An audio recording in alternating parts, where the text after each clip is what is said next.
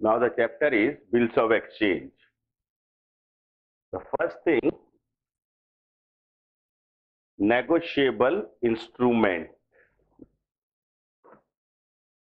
Negotiable means instrument means document. So according to Indian Negotiable Instrument Act 1881,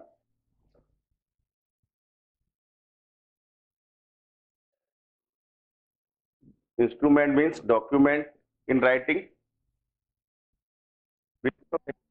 Is an instrument in writing containing unconditional order signed by the maker directing a certain person to pay a certain sum of money on a certain date to his order or the bearer of the bill. तो सबसे पहले मैं आपको बताना चाहूंगा कि negotiable instrument का मतलब होता है कि जो डॉक्यूमेंट ट्रांसफर किया जा सके, यानी कि मेरे पास अगर डॉक्यूमेंट है तो मैंने किसी दूसरे के नाम पर ट्रांसफर कर दिया, तो अब उस मीन्स जिसके नाम पर ट्रांसफर किया वो उसका पेमेंट ले सकता है। तो नेगोशिएबल इंस्ट्रूमेंट इसलिए इसको बोलते हैं नेगोशिएबल इंस्ट्रूमेंट, कि जैसे चेक नेगोशिएबल इंस्ट्रूमेंट होता है, प्रोमिसरी नोट, ये सारे नेगोशिएबल इंस्ट्रूमेंट हैं जिनको किसी के दूसरे के नाम पर भी ट्रांसफर किया जा सकता है। तो जो ये बिल्स ऑफ एक्सचेंज है, ये डॉक्यूमेंट यूज होता है ट्रेड में, यानी कि जब गुड्स हम क्रेडिट पर बेचते हैं। सबसे पहली बात है कि कोई भी बिजनेसमैन ये नहीं चाहता कि वो गुड्स को क्रेडिट पर बेचे। No businessman wants that he sells goods on credit, but due to the competition he has to sell the goods on credit. So he want to ensure that the goods which he has sold on credit, he could get or secure the payment of this good. कोई भी आदमी ये नहीं चाहता कि वो credit पर goods बेचे, लेकिन अगर वो क्रेडिट पर गुड्स बेच रहा है तो एंश्योर करना चाहता है कि जो गुड्स बेचे उसने, उसका पैसा उसको रिफंड मिल जाए, उसका पैसा उसको वापस मिल जाए। तो अगर सिंपल वर्ड्स में मैं किसी को कहता हूं कि मैं आपका पैसा वापस कर दूंगा, तो ऐसा एश्योरेंस नहीं, वो एश्योरेंस चाहता है रिटर्न में। तो इस कंडीशन में क्या करता है सेलर, जो है सेलर ने अगर किसी को गुड्स बेचा है, सपोज सेलर ने किसी को 50,000 रुपए का गुड्स बेचा है, ए ने बी को, ए सेलर है, ए ने बी को गुड्स बेचा है 50,000 का, A sold goods to B and B saying that he will make the payment after 1, 2 or 3 months, whatever the time period he takes. A will ensure that after 3 months or 1 month or 2 months he get the amount. For this purpose he want assurance in writing. वो चाहता है कि assurance जो मिले writing में मिले। तो जो स्टैम्प पेपर देखा होगा तो ये पेपर के ऊपर लिखा जाता है कि स्टैम्प पेपर के ऊपर लिखेगा ए, क्योंकि अगर बिल्स ऑफ एक्सचेंज है तो A would give the order to B कि 50,000 रुपीज आप बोल रहे हो, 50,000 रुपीज आप जितना टाइम आपने बोला इतने टाइम के बाद या तो मुझे दे देना, या मैं जिसको बोलूं उसको दे देना, या जिसका इसमें नाम लिखा उसको दे देना।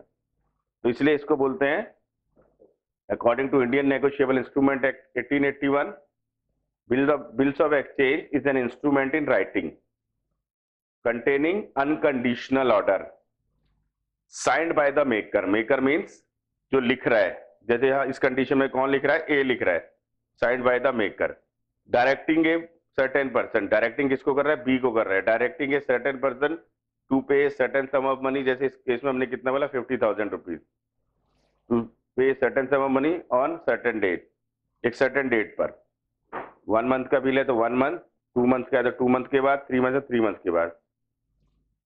Directing a certain person to pay certain sum of money to him, या तो उसको दे देना, और टू हिज ऑर्डर, या जिसको बोले उसको दे देना, या बियरर ऑफ द बिल, जिसके पास उस दिन बिल है उसको दे देना। इसको बोलते हैं bills of exchange. Bills of exchange यानी कि स्टैम्प पेपर, रिटर्न डॉक्यूमेंट होता है। जो कौन लिखता है, बिल्स ऑफ एक्सचेंज लिखता है सेलर, और प्रोमिसरी नोट जो लिखता है वो लिखता है परचेजर। तो यहाँ पर साइंड बाय द मेकर, तो मेकर कौन है, सेलर है, तो ए है यहाँ पर, ए इसमें लिखेगा।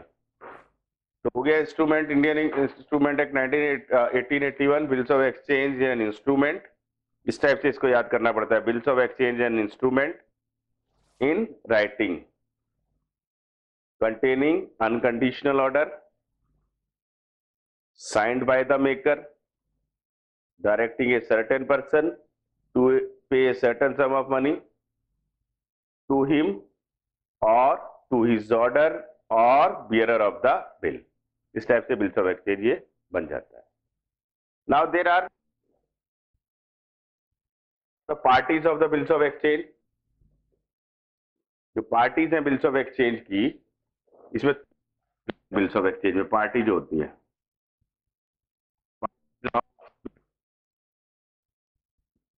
Bills of exchange party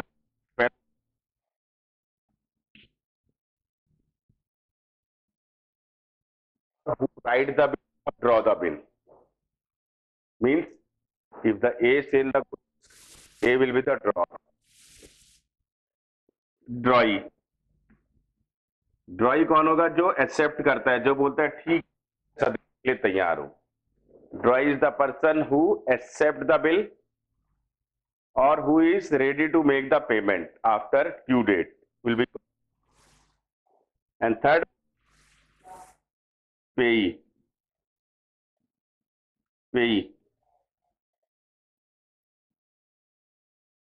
He will be the person who receive the amount. If the drawer receives the amount, drawer will be payee. If another person receive the amount, and that person will be called payee. So drawee, payee. और bills of exchange आपको बताई दे, bills of exchange एक instrument है writing में. किसमें use करते हैं? When the goods are sold on credit. जब गुड्स को हम क्रेडिट पे सोल्ड कर रहे हैं तब इस हम बिल्स ऑफ एक्सचेंज को यूज करते हैं. तो यहाँ पर बिल्स ऑफ एक्सचेंज का मीनिंग और पार्टीज कौन कौन सी होती हैं, दिस इज ओवर. और आफ्टर लिसनिंग दिस और seeing this you able to know about the bills of exchange. और बिल्स ऑफ एक्सचेंज के बारे में ये जान पाओगे कि बिल्स ऑफ एक्सचेंज कुछ नहीं, केवल एक डॉक्यूमेंट होता है. जैसे रिटर्न स्टैम्प पेपर तो सभी लोगों ने देखा होगा. स्टैम्प पेपर पे जैसे कहते हैं ना, स्टैम्प पेपर पे लिख के दो. हमने कई बार बोला होगा, जैसे हम बोलते हैं कि इतना पैसा चल मैं तुझे दे रहा हूँ और तू लिख के देना कि इतने टाइम बाद मुझे वापस कर देगा, तो मैं ये पैसा तुझे देने के लिए तैयार हूँ. तो वो होता है स्टैम्प पेपर. क्योंकि स्टैम्प पेपर एक लीगल डॉक्यूमेंट होता है. अगर सिंपल आप वर्ड्स में किसी को बोल रहे हो तो वर्ड्स की कोई गारंटी नहीं होती है. और स्टैम्प पेपर तो आप you can present it into the court that इस आदमी ने स्टैम्प पेपर पे सिग्नेचर करके एक्सेप्ट करके मुझे बोला था कि I will pay after this time. And अगर वो पैसा पे ना करे तो उस लीगल डॉक्यूमेंट को तो आप प्रूफ बना सकते हो, वर्ड्स को प्रूफ नहीं बना सकते. इसलिए रिटर्न डॉक्यूमेंट लिखा जाता है बिल्स ऑफ एक्सचेंज. तो दिस इज ओवर.